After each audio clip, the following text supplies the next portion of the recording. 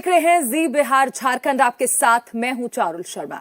बात करते हैं बॉलीवुड एक्टर धर्मेंद्र की, जिनका 89 साल की उम्र में निधन हो गया। मुंबई के विले पार्ले शमशान घाट में उनका अंतिम संस्कार किया गया। बड़े बेटे सनी देओल ने पिता धर्मेंद्र को मुखाग्नि दी। इस दौरान अमिताभ बच्चन, सलमान खान, आमिर खान समेत कई बड़े सितारे अंतिम दर्शन करने पहुंचे। एक्टर धर्मेंद्र की तबीयत लंबे समय से नाजुक चल रही थी। पिछले करीब 1 महीने से धर्मेंद्र को सांस लेने से जुड़ी समस्याएं थी। इसके बाद उन्हें अस्पताल में भर्ती कराया गया। हालांकि एक्टर को 12 नवंबर के दिन ब्रीच कैंडी अस्पताल से परिवार के कहने पर डिस्चार्ज किया गया था। इसके बाद से ही उनका घर पर इलाज चल रहा था। धर्मेंद्र का जन्म 8 दिसंबर 1935 को पंजाब के नसराली गांव में हुआ। इस छोटे से गांव से निकलकर उन्होंने बॉलीवुड के सबसे बड़े एक्टर बनने का सफर तय किया। उन्होंने अपने करियर में 300 से ज्यादा फिल्मों में काम किया और लोगों ने पर्दे पर उनकी अदाकारी को पसंद किया।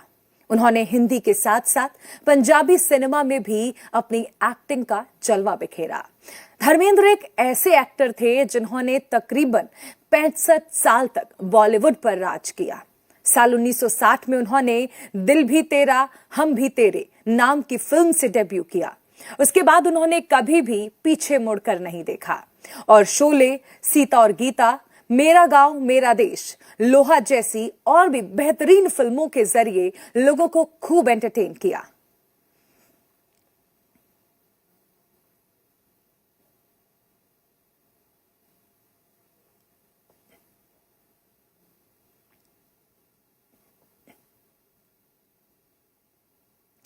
हिंदी फिल्म इंडस्ट्री के ही मैन और एक्शन किंग धर्मेंद्र, जिन्होंने अपनी अदाकारी से दर्शकों का दिल तो जीता ही, और जिसके लिए खुद दिग्गज अभिनेता दिलीप कुमार ने कहा था कि वो अगले जन्म में धर्मेंद्र बनना चाहते हैं। अभिनेता धर्मेंद्र का 89 साल की उम्र में निधन हो गया है। धर्मेंद्र का असली नाम धर्मेंद्र केवल कृष्ण देओल है, पर फिल्मों में आने के बाद वो धर्मेंद्र के नाम से मशहूर हो गए। उनका जन्म 8 दिसंबर 1935 को पंजाब के लुधियाना जिले के साहनेवाल गांव में एक जाट सिख परिवार में हुआ। धर्मेंद्र ने अपनी शुरुआती पढ़ाई लालटन कला से की और उसी में उनके पिता केवल कृष्ण हेडमास्टर थे। इसके बाद धर्मेंद्र ने इंटरमीडिएट की पढ़ाई के लिए रामगढ़िया कॉलेज फगवाड़ा में एडमिशन लिया। धर्मेंद्र ने 12वीं क्लास तक पढ़ाई की और आगे भी वो पढ़ना चाहते थे, पर एक्टिंग का चस्का उस पर हावी हो गया और फिर उन्होंने आगे पढ़ाई नहीं रखी। धर्मेंद्र ने फिल्म फेयर का नया टैलेंट अवार्ड जीता और पंजाब से मुंबई आकर एक्टिंग के लिए स्ट्रगल करने लगे।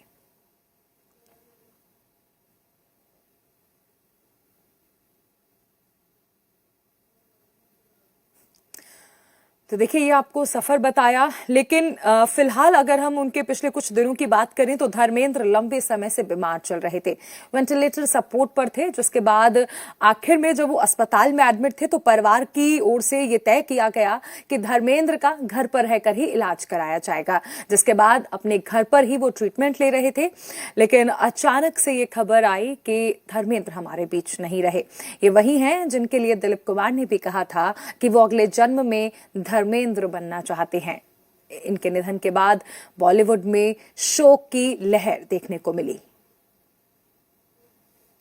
धर्मेंद्र को एक्शन किंग भी कहा जाता था। उस दौर में भी बॉलीवुड हीरोज की इमेज को चेंज किया धर्मेंद्र ने। धर्मेंद्र उस दौर के इकलौते ऐसे हीरो थे जिन्हें उनकी अच्छी बॉडी के लिए जाना जाता था। धर्मेंद्र की अच्छी पर्सनालिटी के चलते उन्हें बॉलीवुड का ही मैन भी कहा जाने लगा। धर्मेंद्र को बचपन से ही एक्टिंग का शौक था। उन्होंने पहली फिल्म दिल भी तेरा हम भी तेरे 1960 से बॉलीवुड में एंट्री की। हालांकि ये फिल्म कुछ खास कमाल नहीं कर पाई। धर्मेंद्र बचपन से ही एक्टिंग के शौकीन थे। धर्मेंद्र ने सुरैया की दिलवाले 1 महीने तक लगातार देखी। इसके साथ ही कहा जाता है कि धर्मेंद्र ने अपने फिल्मी शौक को हकीकत में बदलने का फैसला सुरैया की फिल्म दिल लगी से किया था। धर्मेंद्र ने अपना एक्टिंग करियर 1960 की अर्जुन हिंगोरानी की फिल्म दिल भी तेरा हम भी तेरे से शुरू किया, जिसमें उन्हें साइनिंग अमाउंट में 51 रुपए मिले थे। मुंबई के वर्सोवा में धर्मेंद्र ने एक गैराज में एक दिन बिताया। एक दौर ऐसा भी था जब उनके पास खाने के लिए पैसे नहीं होते थे।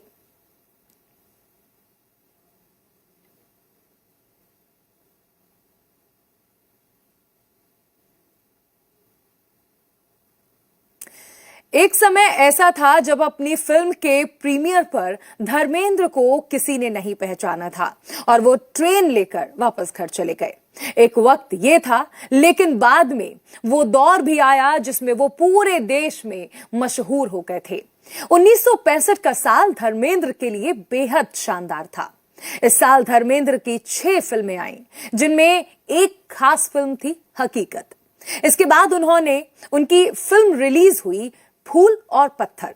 इस फिल्म ने धर्मेंद्र को ही मैन बना दिया था।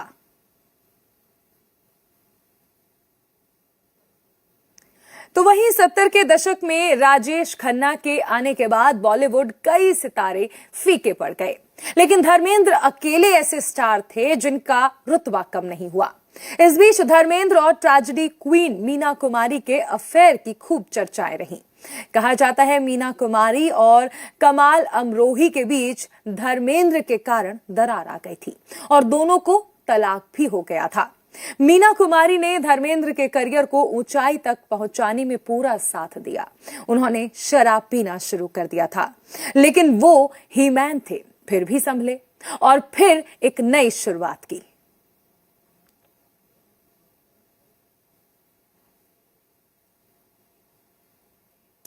धर्मेंद्र और हेमा मालिनी की पहली मुलाकात 1969 में एक फिल्म के प्रीमियर पर हुई थी। तब हेमा की खूबसूरती के चर्चे पूरी इंडस्ट्री में जोरों पर थे। धर्मेंद्र भी ये मानते थे कि इसी मुलाकात में वो 21 साल की हेमा मालिनी पर फिदा हो चुके थे। हेमा को देखकर तब धर्मेंद्र ने शशि कपूर से कहा था, यार ये कुड़ी वाकई चंगी है। ये कहते हुए धर्मेंद्र ने समझा था कि साउथ इंडियन हेमा उनकी ये बात नहीं समझ पाएंगी, लेकिन हेमा मालिनी पंजाबी में कहीं धर्मेंद्र की पूरी बात समझ गई। संयोग से इसी साल हेमा मालिनी ने धर्मेंद्र के साथ 4 फिल्में साइन की।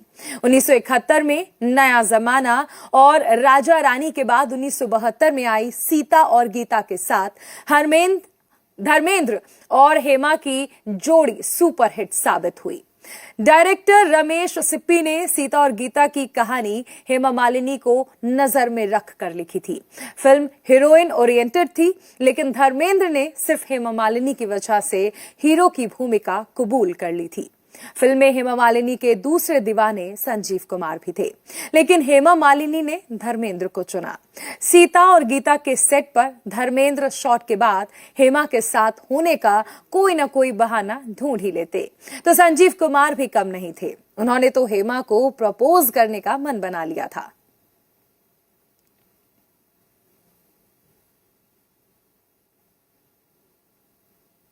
अभिनेता धर्मेंद्र के निजी जीवन भी काफी सुर्खियों में रहा। उन्होंने 2 शादियां की थीं। धर्मेंद्र जब 19 साल के थे तब उनकी शादी प्रकाश कौर से कर दी गई थी। ये साल 1954 की बात है। तब उन्होंने फिल्म में एंट्री भी नहीं ली थी। इस शादी से उनके 4 बच्चे हुए। 2 बेटे सनी देओल और बॉबी देओल, जबकि 2 बेटियां अजिता और विजेता। धर्मेंद्र ने उस जमाने की मशहूर अदाकाराओं नूतन, माला सिन्हा, नंदा सायरा बानो, मीना कुमारी के साथ कई फिल्मों में काम किया। धर्मेंद्र की हेमा मालिनी के साथ सबसे बेहतरीन और जानी मानी जोड़ी बनी, जो असल जिंदगी में भी एक दूसरे के जीवन साथी बन गए। इसके बाद साल 1980 में उन्होंने हेमा मालिनी से शादी कर ली। फिल्मों में आने के साथ ही काम करते हुए धर्मेंद्र को हेमा मालिनी से प्यार हो गया था। कहा जाता है कि धर्मेंद्र ने हेमा मालिनी से शादी के लिए इस्लाम को बोला था, ताकि पहली पत्नी को तलाक न देना पड़े। हालांकि धर्मेंद्र ने इससे इनकार किया था।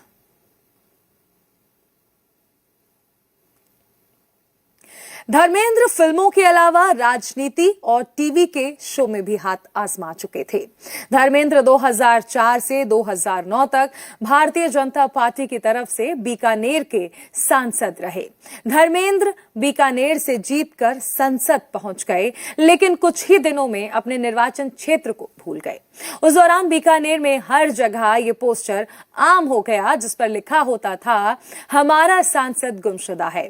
कुछ संगठनों ने तो यहां तक ऐलान कर दिया कि अगर धर्मेंद्र बीकानेर के दौरे पर नहीं आएंगे तो उन्हें सर्वश्रेष्ठ झूठा सांसद का अवार्ड दिया जाएगा। बीकानेर ही नहीं, सांसद रहने के दौरान वो लोकसभा के सत्र में भी कम ही दिखाई दिए।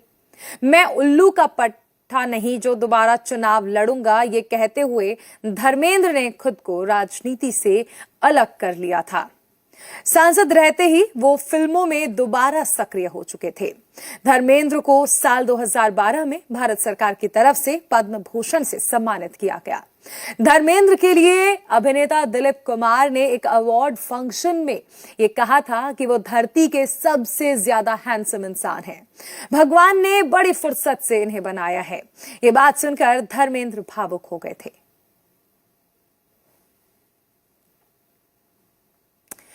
पर्दे पर धर्मेंद्र का जादू 80 के दशक में कम होने लगा था, लेकिन आपको यह जानकर हैरानी होगी कि धर्मेंद्र से सबसे ज्यादा फिल्में 80 और 90 के दशक में ही साइन की थी। खतरों के खिलाड़ी से लेकर साल 2000 में आई फिल्म पत्थर और पायल तक हर दूसरी एक्शन फिल्म में धर्मेंद्र मल्टी स्टार कास्ट के साथ मौजूद होते। इनमें से कई फिल्में बी ग्रेड की भी रहीं। इस बात को लेकर कई बार धर्मेंद्र की आलोचना भी हुई, लेकिन धर्मेंद्र ने किसी की परवाह नहीं की। पर्दे का वो ही मैन अब गरम धर्म के नाम से भी मशहूर हो गया था।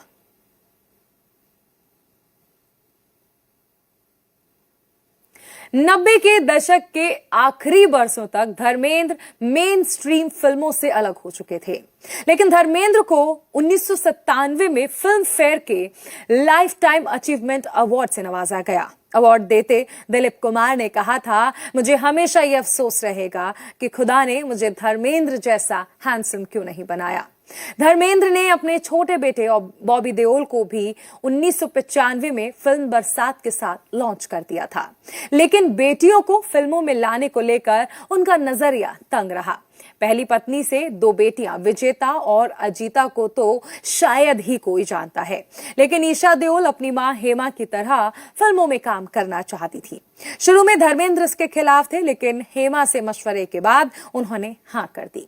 2002 में 4 फिल्मों के साथ ईशा ने बेस्ट डेब्यूटेंट एक्ट्रेस का अवार्ड जीतकर ये साबित कर दिया कि देओल परिवार की लड़कियां भी फिल्मों में कामयाब हो सकती हैं। फिल्मों को लेकर धर्मेंद्र के अपने जजमेंट हुआ करते थे, लेकिन हेमा कहती हैं कि धर्मेंद्र हमेशा आखिरी राय उनकी ही मानते थे।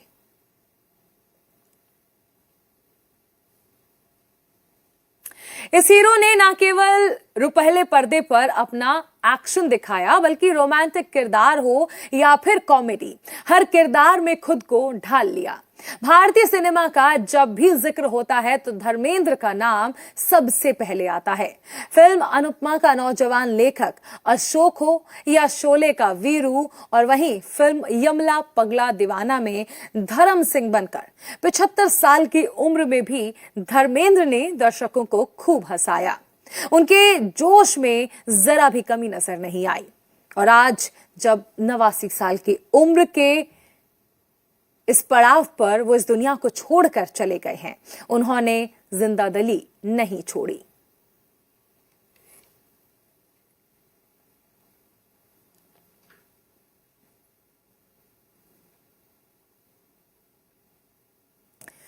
वैसे तो धर्मेंद्र ने अपने करियर में कई सुपरहिट फिल्में दी। उन्हें फूल और पत्थर, नौकर बीवी का और आई मिलन की बेला जैसी फिल्मों के लिए फिल्म फेयर नॉमिनेशन मिले, लेकिन शोले फिल्म धर्मेंद्र की सबसे यादगार फिल्मों में से एक रही। बॉलीवुड में उनको बेस्ट एक्टिंग के लिए विश्व स्तर पर वर्ल्ड आयरन मैन अवार्ड से सम्मानित किया गया। सदी ने सबसे बड़े सुपरस्टार के चले जाने पर हम तो यही कहेंगे कि बॉलीवुड का ये सितारा आसमां में यूं ही हमेशा चमकता रहे।